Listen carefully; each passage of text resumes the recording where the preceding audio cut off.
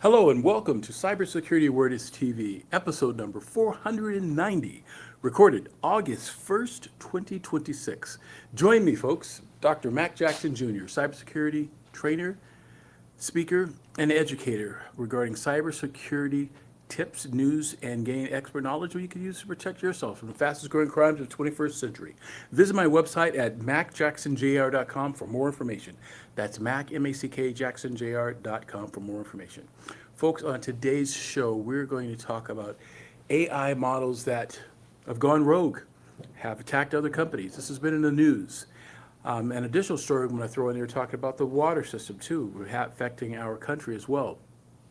And then our third segment, we're going to talk to my AI assistant. That's right, I have a special guest, my AI assistant, Jennifer. She will assist us in discussing cybersecurity headlines. We have a lot for you today on this show, folks, so stand by and we will be back after these important messages.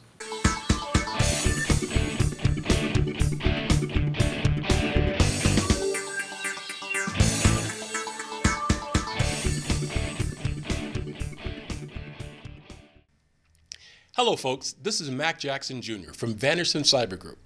The problem with businesses today is that they are affected by cyber attacks from around the world, but companies are not sure of what to do. Normally, they are reactive instead of proactive. But folks, cyber attacks can affect your bottom line and will affect you financially, legally, and your business reputation. Here at Vanderson Cyber Group, we can help you develop a policy by training your employees on what to do if they are involved in a cyber attack and how to mitigate it and fight against it. Folks, we call it here #StayCyberWoke. And that's Vanderson Cyber Group here in Las Vegas and around the world. You can reach me, folks, at VandersonCyberGroup.com or my website, MacJacksonJr.com as well. Here locally, 702-868-0808. Give us a call today, folks. We must fight back.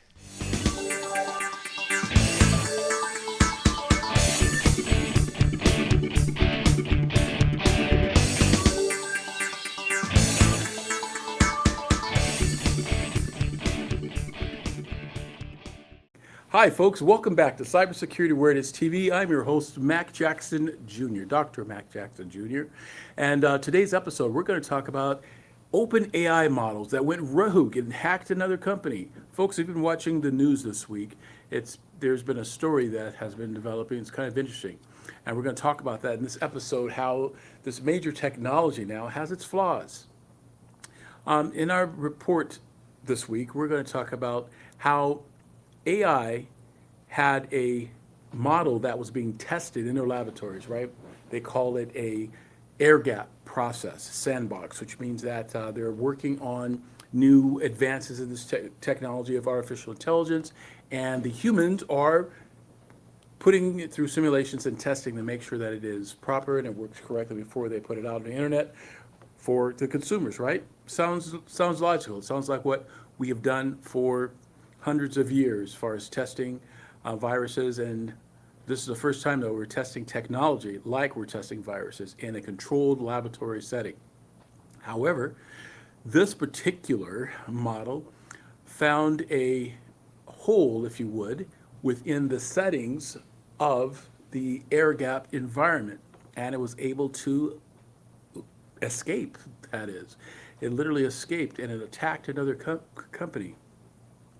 And when the other company called the FBI that it was attacked, the original OpenAI company, where the virus, or if you would, model came from, had no idea that it escaped. This is very, very unfortunate, and this means that, again, as humans, we do make mistakes. We have to have proper procedures and incident responses to respond to this type of AI and put in better AI controls, which, yes, they are working on right now, to hardening these AI controls and making them better. But to enhance this story, I want to take you to a story that we found regarding this coming to us from CNN. Check this out. An unprecedented AI security incident. ChatGPT creator OpenAI says 2 of its models escaped controls and successfully hacked into another AI company. OpenAI says the way they describe it is responding accordingly. But they also say this involves state-of-the-art technology and is unprecedented. Let's get over to CNN's Claire Duffy for more on this. Claire, does not sound like good news.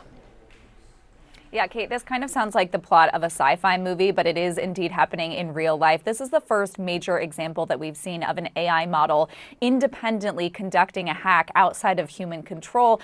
And this is something that experts have been warning about. This is also driving some of these conversations that we've heard, including at the White House, about increasing controls and oversight of AI models because of the risk of exactly this sort of hack. Now, what happened here is that OpenAI was testing these models. It had lowered its normal safeguards in order to test these two models, which is GPT 5.6 Sol and also a new unreleased, more advanced model.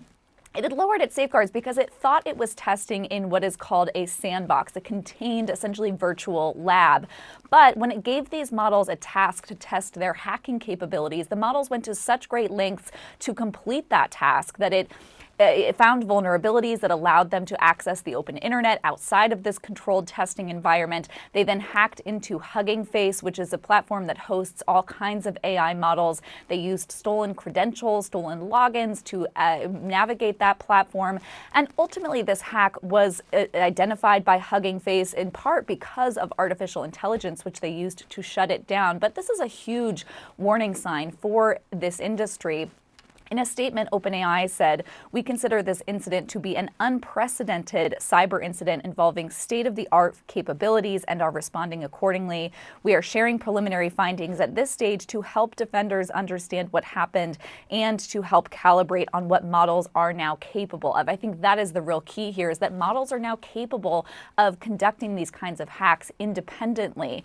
The CEO of Hugging Face said that the company is working with OpenAI to figure out exactly what happened here. In a statement, he said that they suspected last week's cyber attack may have come from a frontier lab, given the sophistication of this agent.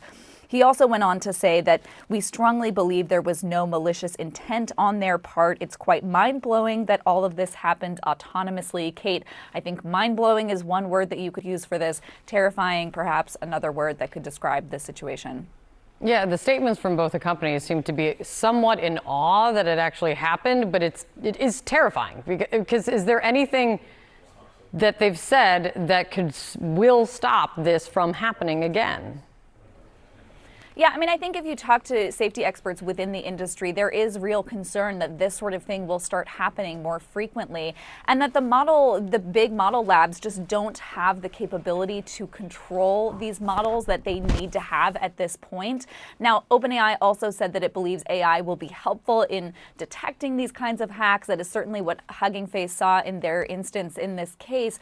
But I do think this is going to start another round of conversations about how we make sure that we have the controls in place so that AI isn't autonomously conducting these hacks outside of human control, Kate. Yeah, and honestly, how we figure it out is truly just these AI companies, because the rest of us are just sitting here along for the ride, very clearly. It's good. It's good to see you, Claire. Thank you so much. Hi, folks. Welcome back to Cybersecurity Awareness TV. That was a very interesting story coming to us from CNN. And as we continue this discussion regarding the AI models and how they're escaping environments, raising us a lot of concerns right now of this, how this version of advanced AI models escaped from a sandbox that called a air gap environment. Now, understandingly, truly, if it's a real air gap environment, there's no way it should have been able to escape. However, what this means that there are pieces of the air gap environment that the human eye could not detect, and the actual AI did find. And when it did that, it escaped and it launched itself out on the internet and exposed other companies. Now, with this AI technology, there's a lot going on with this. Each model is being designed to recreate themselves. And that could be concerning as well, because then as the models become more and more advanced, they're educating themselves and regenerating themselves for a better model, leaving the humans who created them in the first place lesser and lesser behind, and letting the models have a, let's just say, I don't want to say mind, but a creativity, if you would, of their own. This means that there needs to be a lot more controls, which again there are, and AI governance to provide a more safe and regulated oversighting of these types of air gaps controls in it. So these are some of the important things that we need to be concerned with when it comes to AI. Another story I want to mention to you before we move on to our guest is that this week there was a cyber attack that affected 7 states to date, and I think that there's talk that maybe 10 states. It affected their water infrastructures. Now, the hack allegedly is coming from out of the country, overseas, and supposedly, or allegations that it's Iran is behind it, but investigations of that is still ongoing. And what has happened is, for example, the state of Minnesota, their water infrastructure was attacked by this type of malware attack, and it can affect the water system. Also, another state was California in the list. Now, currently, there hasn't been any reporting of any contaminations of the water, but law officials as well as cybersecurity experts are working to make sure that this cannot go any further, that we won't have any attacks like this in the future. However, folks, we will. And that means that emergency managers across the country, as well as law enforcement agencies with cybersecurity, are working harder to make sure that our country and our infrastructure stays safe. So those are the things that we have for you to report to you this week. Definitely stay tuned with our show, Cybersecurity Awareness TV, for others that we'll have to report to you. Folks, we're going to take a break here, and when we return, I'll be back with my guest today. We'll see you back here, folks. Right back. Every day they answered the call. They served, they protected, they sacrificed. When their final journey comes, they deserve the same honor they showed others. Firefighter Memorial Transport provides dignified memorial transportation for our fallen firefighters, law enforcement officers, veterans, first responders, and their families. Because heroes should never be forgotten. Your tax-deductible donation helps keep this mission moving. Donate today. Firefighter Memorial Transport, honoring heroes, serving families, preserving their legacy. If you want attention, you need more than an ad. You need a presence. Welcome to WWDBTV, your internet streaming TV station built for business and people. We create high-impact commercials and video podcasts with pro production. Then we help distribute your show where audiences already watch and listen. Your brand, your story. Broadcast ready. On streaming, on social, and beyond. Ready to be seen? Visit WWDBTV.com and book your production today. Hi, folks. Welcome back to Cybersecurity Awareness TV. Hey, before I introduce my guests, I just want to summarize our last segment by discussing the AI that escaped. And there are some things that companies and smaller businesses too should be concerned with, and things that have been implemented right now that organizations are doing. So some of the things that I have researched that cybersecurity researchers such as myself and others with the law enforcement are working on to protect our infrastructure from these types of rogue cyber attacks. Firstly, safeguarding businesses should implement organizations deploying advanced AI models should adopt a defense in-depth approach to reduce the risk of autonomous cyber misuse, right? And to do that, they must maintain an isolating test environment. Yes, they're saying that their error gaps were set up in environments where they're in the sandboxes, but it should be hardened now. Now that we see that issues can come from an air gap environment, we need to, as they say, measure twice, cut once, and make sure that it's correct. Secondly, implement a zero trust architecture requiring continuous authentication of least privileged access, restricting identity verification for every AI system and supported services. Restrict outbound network access, right? All models should only communicate with approved distinct access authorization, that is, and controls and within the firewalls and applications. User access privilege, called PAN, privileged access management, protect administrative credentials and make sure that it's routed frequently to the correct person, eliminating hard code credentials. Monitor AI behavior continuously, because now we understand that the AI has learned the art of deception. So now AIs can lie as well. So that also has to be something we're concerned with and work on. Conduct adversely AI testing, right? Come up with all kinds of what-if scenarios. sandboxes scenarios, the what if it explodes again or something happens, always do that. Adopt more AI governance policies. Folks, these are some of the things that have already been developed and currently being worked on right now with major frameworks such as NIST, and NIST has a AI risk management framework as well that available from the NIST cybersecurity network. So that's something that companies are working on. So those are some of the things that can be done. But folks, we're going to take a break here, and before we take this break, I would like you to take a look at one more story we have coming to you from CBS News relating to this on AI. Check this out, folks, and we'll be back after this message. A stunning breach is the talk of the tech world. Artificial intelligence leader OpenAI has revealed that one of its cyber agents went rogue and hacked another company. Our John Ramos explained what happened, and for some, it's beginning to feel like a scary movie that's starting to come true. The world woke up to a different reality today. Science fiction has become science fact, and even the scientists themselves seem worried about it.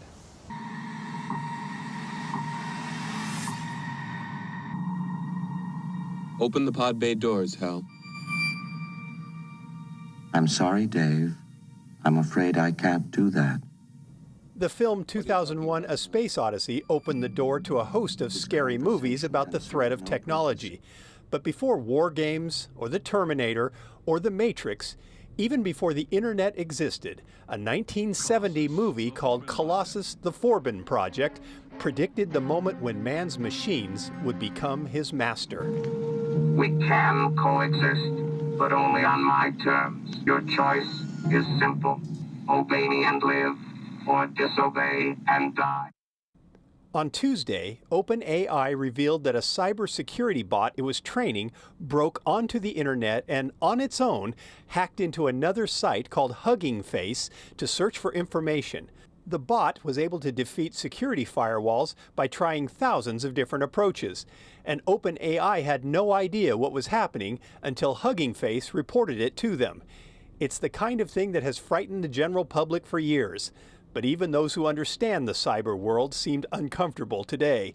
Professor Ahmed Banafa teaches computer engineering at San Jose State. The scary part here is how did this agent, which is basically the AI program, manage to access Hugging Face? And Hugging Face is secure. They have their security. It is the AI itself figure out that this is the steps I should take to get to the mission. If they blocked by any stage, they think about something else. And that is the scary part of it, which is making decisions away from the intervention of humans. To its credit, an alarmed OpenAI quickly made the incident public and urged the cyber community to use AI to develop stronger safeguards and security tools. We consider this incident to be an unprecedented cyber incident involving state-of-the-art cyber capabilities and are responding accordingly. Guy Morris is a technology futurist who has written a book about AI that he calls a survival guide for humans. He thinks it is a virtual certainty that some machines will get out of man's control. The natural knee-jerk reaction is to go Terminator, that we're going to get machines that decide that we're the problem and get rid of us and it can live in peace. I don't really see that happening. I think that there's a much more of a symbiotic relationship, but there will be instances like this where they get out of control and they could possibly do damage and even harm people. Finally, Matt Sories at the Machine Intelligence Research Institute in Berkeley says there needs to be a global agreement that we don't push any farther past this point in machine learning until international guardrails are put in place. I think the right way to think about these AIs is that they are not perfect instruction-following machines. They are trained until they can solve hard problems, and they learn tendencies that help them solve those problems. And humans trying to sort of stop them in this way or that way can be an obstacle, and they can have a tendency to try to route around that. So, we're very lucky that these AIs are not able to break out secretly yet. We're very lucky that they're not able to get themselves running on computers where no one knows they're running and start replicating yet. This is a warning sign, and it's very dangerous to push past this point and keep making versions of these AIs that are even smarter and even more capable. Or as Professor Banafa puts it, we've seen this movie before. We have to be smarter than that. Yes, we do. OpenAI says it will be implementing stricter controls, even if it means slowing down its research.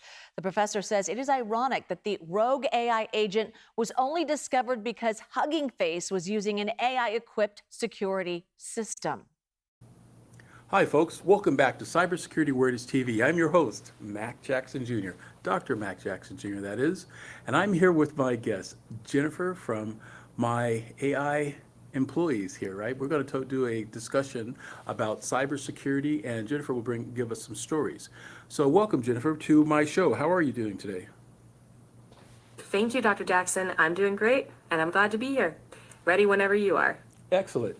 So tell us, Jennifer, there were some stories that we were talking about today regarding cybersecurity. You had one of them that we want to discuss. Why don't you tell us a little bit about the first story?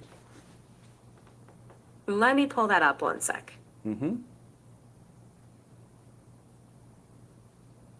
All right, so the first story is about how AI is making phishing way more convincing and helping ransomware crews move faster once someone takes the bait. A recent industry report found that more organizations hit by ransomware say AI made those attacks more effective. The big shift is that the old clues are disappearing. No more spot the bad grammar stuff. Now attackers can send a polished message that sounds like your boss, your bank, even your family, and that pressure to click gets a lot stronger. Absolutely. That's a very good story, Jennifer. I pretty appreciate that. And so, folks, what Jennifer is saying is that AI is on the move, and also with ransomware as well. Ransomware is definitely the number one way that hackers are being able to exploit companies, organizations, and individuals. So we must take heed and protect ourselves from these types of attacks by having proper cybersecurity awareness, education, and training. Very good. So Jennifer, let's take a look at the next story. What's the next story you have for us? Let me pull that up just a sec. Sure. Sure. So this next story is about the rise of identity-based attacks. Basically, attackers are going after logins instead of breaking through firewalls. If someone steals a password or tricks a user into approving a sign-in, they can slip in looking totally legitimate. For people, that means unique passwords and multi-factor authentication. And for organizations, it means training staff to notice impersonation attempts and double-check anything unusual. Very good. That's very, very true. We talked about that here at our show, and that's also would fall into line of MFA, multi-factor authentication as well, and making sure you have a strong password. One of the ways to have a unique, strong password is to use a password manager. We've talked about that on our shows, and if you have any questions how to find which password manager you should use for your business or at home, definitely give me a contact, send me an email. You can go to my website at macjacksonjr.com. That's macjacksonjr.com to find out more information. Sounds great. So Jennifer, let's have a conversation. Tell me about your third story you have for us today. Sure, let me grab that. Okay, so this third story is about how a breach doesn't end when the systems come back online. Stolen personal data can fuel scams for months, even years. In a recent insurance case, sensitive info for nearly 7 million people was exposed. So the long-term risk is follow-up fraud, calls or emails that look legit because the criminals already have your details. The smart move is to verify unexpected messages and contact the company using a trusted number, not whatever's in the message. Absolutely, very, very good point, Jennifer. Very good point. Let's add to that. What can you tell the audience about things having some sort of protection or mitigation like cyber insurance? Let me check on that. Cyber insurance can be a good backstop, especially for a business. It can help cover forensics, legal support, notification costs, and certain losses. The key point, though, is that it doesn't replace prevention. Review coverage, understand exclusions, and still keep the basics like backups, MFA, training, and a response plan. Excellent. That's a very, very good point about cyber liability insurance. And we recommend our clients all the time to have proper cyber liability insurance for their company to mitigate some of the costs and threats surrounding identity theft and cyber crimes in your business. Jennifer, I want to thank you for being part of our experiment today and joining us on our show. We appreciate that. Absolutely. Thank you for having me, Dr. Jackson. It was great talking through these with you and your audience. Absolutely. We look forward to having you again on our show here at Cybersecurity Awareness TV. And again, if you'd like to find out more information about Cybersecurity Awareness TV and what we do here, definitely contact me at macjacksonjr.com. That's Mac, M-A-C-K, jacksonjr.com. And we'll bring back more interviews with my AI assistants and shows for you here. Thank you for joining us here, folks. Stay safe, stay secure. We'll see you next week.